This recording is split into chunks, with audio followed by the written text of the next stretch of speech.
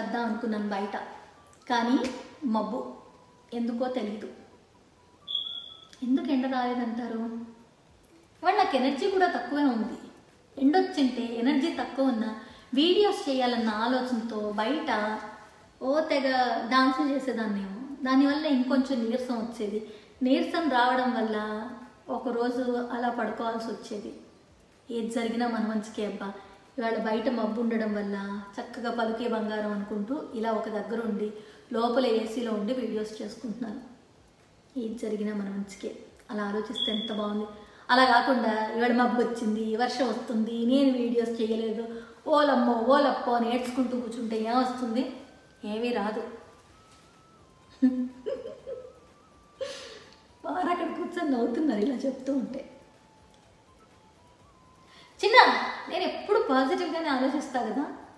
నీకు ఎన్నిసార్లు చెప్పాను, నువ్వే ఎన్నిసార్లు అన్నావు చిన్న, ఎందుకే ఏమొస్తాయి ఆ వీడియోస్ వల్ల, ఆ డబ్బులు ఏదో నేను ఇస్తా మానేయని ఎన్నిసార్లు చెప్పావు. మళ్ళీ నువ్వే అంటావు లేదు నీ ప్యాషన్ వదులుకోవద్దని. సో నువ్వు పాజిటివ్గా ఆలోచించి నా ప్యాషన్ వదులుకోవద్దన్నావు కాబట్టి నేను ఇప్పుడు వీడియోస్ చేయగలుగుతున్నాను. నాకు నచ్చిన పని నేను చేస్తున్నాను, అందులో ఆనందం ఉంది చిన్న, నిజం. సరే, ఇప్పుడు పలికే బంగారు అలా బయట చాలా బాగుంది వెదర్. ఎండొస్తే ఎలా ఉండేదో పక్కన పెడితే మబ్బేసి చక్కగా గాలి వచ్చి ఎంత బాగుందో తెలుసా. Hi, hello, welcome to Pranathi మనసు పలికే. Thank you all so much. Yes, నా వీడియోస్ చూస్తున్నారు, లైక్ చేస్తున్నారు, కమెంట్ చేస్తున్న వారికి థ్యాంక్స్ చెప్పకుండా నా వీడియో ముందు కదలను కదలను కదలను కదలను అంటుంది. అందుకే థ్యాంక్స్ చెప్పాను. ఫస్ట్ టైం నా వీడియో చూస్తూ ఉంటే సబ్స్క్రైబ్ చేయండి, నోటిఫికేషన్ బటన్ ఆన్ చేయండి. నేను ఎప్పుడు వీడియో అప్లోడ్ చేసినా మీకు వెంటనే తెలిసిపోతుంది. నిజమే, ఇలా కాకుండా అలా ఆలోచిస్తే, ఆ కోణంలో కాకుండా ఈ కోణంలో ఈ విషయాన్ని ముందుకు తీసుకెళ్తే, ఎందుకు చిన్న విషయమే కదా భూతద్దంలో చూస్తున్నామని మనకు అనిపిస్తే, మార్చేస్తే తక్కనన్నీ మార్చేసి ఇంకోలా ఆలోచించి చూడండి, జీవితం సగం టెన్షన్ లేకుండా అయిపోతుంది అని అనిపిస్తుంది. ఎస్, అలాంటి కథే ఇవాళ నేను మీతో పంచుకోబోతున్నాను. పలికే బంగారంగా చెప్పైనా మరి. ఆయనకి 60 ఏళ్ళు. అయితే అలా కూర్చొని ఏదో రాసుకుంటూ ఆ రైటింగ్ ప్యాడ్ మీద తలపెట్టి నిద్రపోయారు. ఇంతలో వాళ్ళ ఆవిడ వచ్చింది. ఆయన ఏదో రాసుకుంటున్నారు, నిద్రపోయారు. అయ్యో అనుకొని ఆయన నెమ్మదిగా లేపి బెడ్ మీద పడుకోమని ఆయనకి చెప్తుంది. ఆయన పడుకుంటారు. ఇంతలో ఆవిడ వెళ్ళబోతూ ఉంటే అక్కడ రైటింగ్ ప్యాడ్ మీద ఏదో రాసుంది అని ఆవిడ కనిపిస్తుంది. ఏంటి, ఈయన మనసులో మాటల్ని రాసుకున్నారు. ఏం రాసుకున్నారు? వద్దన్న ఆవిడ దృష్టి అటువైపే లాక్కెళ్తుంది. సరే, ఆ రైటింగ్ ప్యాడ్లో ఈయన ఏం రాశారో అని ఆవిడ చదవడం మొదలు పెడతారు. అయితే అందులో ఆయన రాసుకున్న విషయం ఏంటంటే, గతేడాది నాకు గాల్ బ్లాడర్ సర్జరీ చేశారు. దానివల్ల నేను 3 నెలలు బెడ్ మీదే ఉండాల్సి వచ్చింది. చాలా బాధ అనిపించింది. నా లైఫ్లో 3 నెలలు నేను ఏమీ చేయకుండా అలా బెడ్ మీద పడుకున్నానని. ఇక ఆ తర్వాత 60 ఏళ్ళు నిండాయి, రిటైర్ అయిపోవాల్సి వచ్చింది. ఆ కంపెనీ కోసం నేను ఎంతో కష్టపడ్డాను. ఆ కంపెనీతో నాకు చాలా అనుబంధం ఉంది. కానీ ఇక ఆ కంపెనీతో నాకు రుణం తీరిపోయింది. ఇక ఆ కంపెనీలో నేను పని చేయలేను, ఇక నాకు పని లేదు. ఆ తర్వాత మా నాన్నగారు 3 నెలల క్రితం చనిపోయారు. మా నాన్నగారు చనిపోవడం నా జీవితంలో అత్యంత విషాదకరమైన విషయం. మా నాన్నగారిని కోల్పోయాను, నాకు చాలా బాధగా ఉంది. ఇక నా కొడుక్కి అనుకోకుండా కార్ యాక్సిడెంట్ అయింది. దానివల్ల వాడు మంచం మీద పడ్డాడు, వాడికి ఉద్యోగం పోయింది. అలా ఇదొక పక్క అయితే, నేను ఎంతో ఇష్టంగా కొనుక్కున్న నా కారు కూడా ఎందుకో పనికి రాకుండా మూలకు పడిపోయింది అని ఆయన రాసుకున్నారు. ఇలా ఇదంతా చూసిన తర్వాత కింద లాస్ట్లో ఒక మాట రాసుకుంటారు. దేవుడా, ఈ సంవత్సరం అంతా నాకు నువ్వు విషాదాన్నే మిగిల్చావు. నాకు ఈ సంవత్సరం ఏమీ మంచిగా జరగలేదు, ఎంతో బాధగా ఉంది, ఏం సాధించాను విషాదం తప్పితే అని ఆయన రాసుకుంటూ అలా పడుకున్నారనమాట.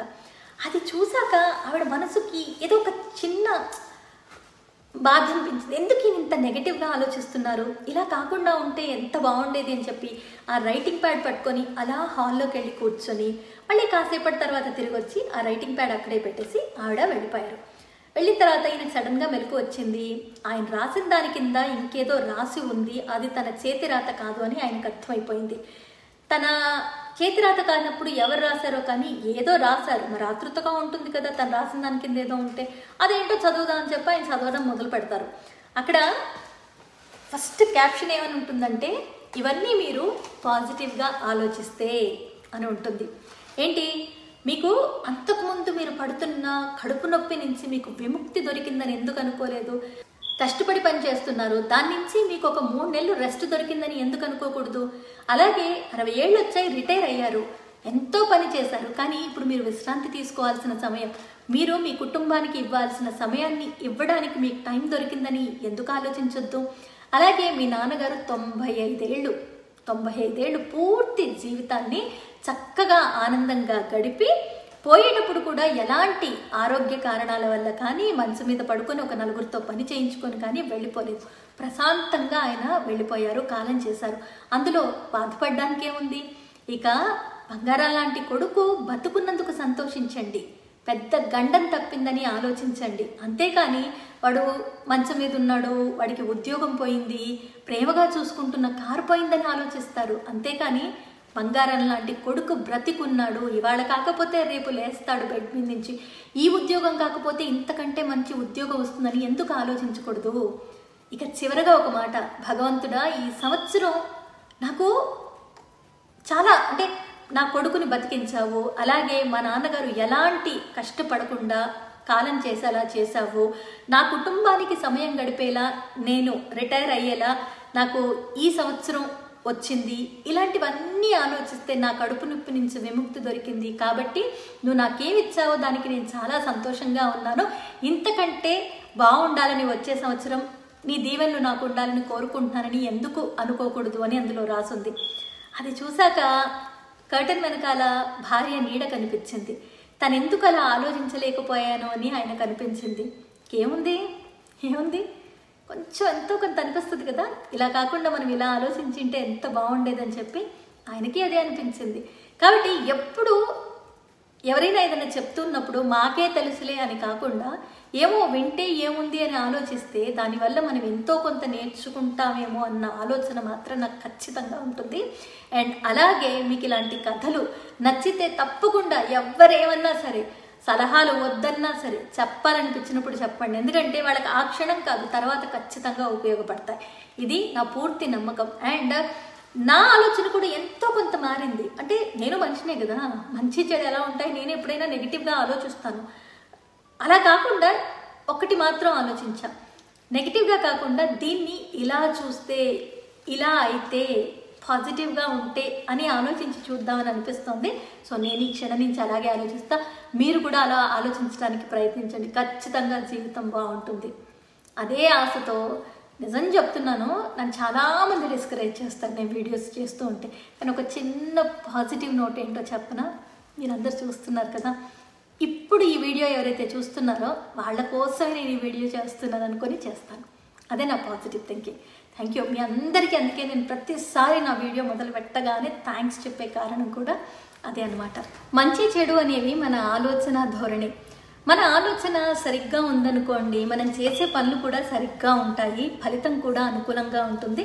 ఫలితం అనుకూలంగా ఉందనుకోండి, మనసుకి హాయిగా ఉంటుంది. అది మనసు హాయిగా ఉంటే మనం ఆనందంగా ఉంటాము. మనం అలాగే ఆలోచించాలి, అంతేగాని మనకి అనుకూలంగా లేవు కదా అని దాని గురించి నెగిటివ్గా ఆలోచిస్తూ ఉంటే మనసు కూడా నెగిటివ్గానే ఆలోచిస్తుంది, పనులు నెగిటివ్గానే జరుగుతాయి, ఫలితం నెగిటివ్గానే ఉంటుంది, ఇక మనసుకి సంతోషం అనేది ఉండదు.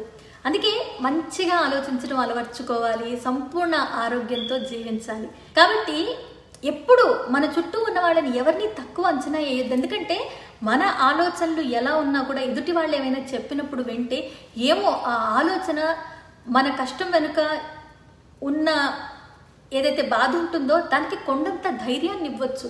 కాబట్టి ఎవరైనా ఏదైనా సలహా ఇచ్చినా మీరు పాటిస్తారో లేదో పక్కన విషయం, కానీ ముందు దాన్ని ఆలోచించండి, దాని గురించి దాన్ని మీరు ఏమంటారు ఆచరణలో పెట్టొచ్చా లేదా కూడా ఆలోచించండి. ఒకవేళ ఆచరిస్తే దానివల్ల మీకేం ఉపయోగం కలుగుతుందో కూడా ఆలోచించి ఆచరించడానికి ప్రయత్నించండి అంటూ మనస్ఫూర్తిగా కోరుకుంటూ thank you all so much.